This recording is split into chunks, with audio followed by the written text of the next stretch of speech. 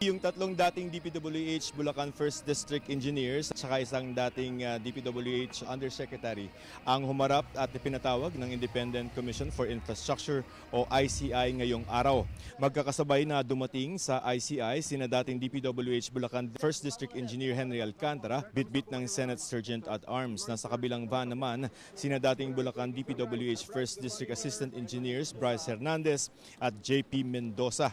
Rafi, mahigpit ang seguridad sa tatlo at hindi na nagpaunlak ng panayam ang mga engineer na umano'y nasa likod ng pagbibigay ng mga kickback sa mga politiko kasabwat ang mga kontraktor. Dumating din si dating DPWH Undersecretary Maria Catalina Cabral. Hindi na rin siya nagbigay ng pahayag sa media.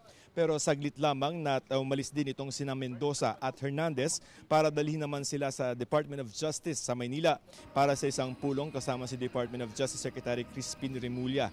Ayon sa ICI, ang apat ang magiging testigo sa ginagawang pagdinig ng ICI ngayong umaga tungkol sa mga maanumalya umunong flood control projects. Kahapon ay yung mga senador na sina Senador Jinggoy Estrada at Senador Joel Villanueva na idinadawit sa mga kickback galing sa mga flood control projects ang kinausap ng ICI. Parehong itinanggi ng dalawa ang mga paratang. Ayon kay ICI Special Advisor at Baguio City Mayor Benji Magalong, nakatakdang isuko ni Hernandez ngayong araw ang isang luxury vehicle at sa itong Lamborghini at kasunod ito ng pag-turnover ni Hernandez noong Biyernes ng isa pang luxury vehicle na nagkakahalaga naman ng 12 milyong piso. Ayon kay Magalong, sabi ni Hernandez, isasauli niya ang lahat ng kanyang luxury vehicles na nabanggit niya sa pagdinig sa Senado, kasama na doon yung mga mamahaling mga motor.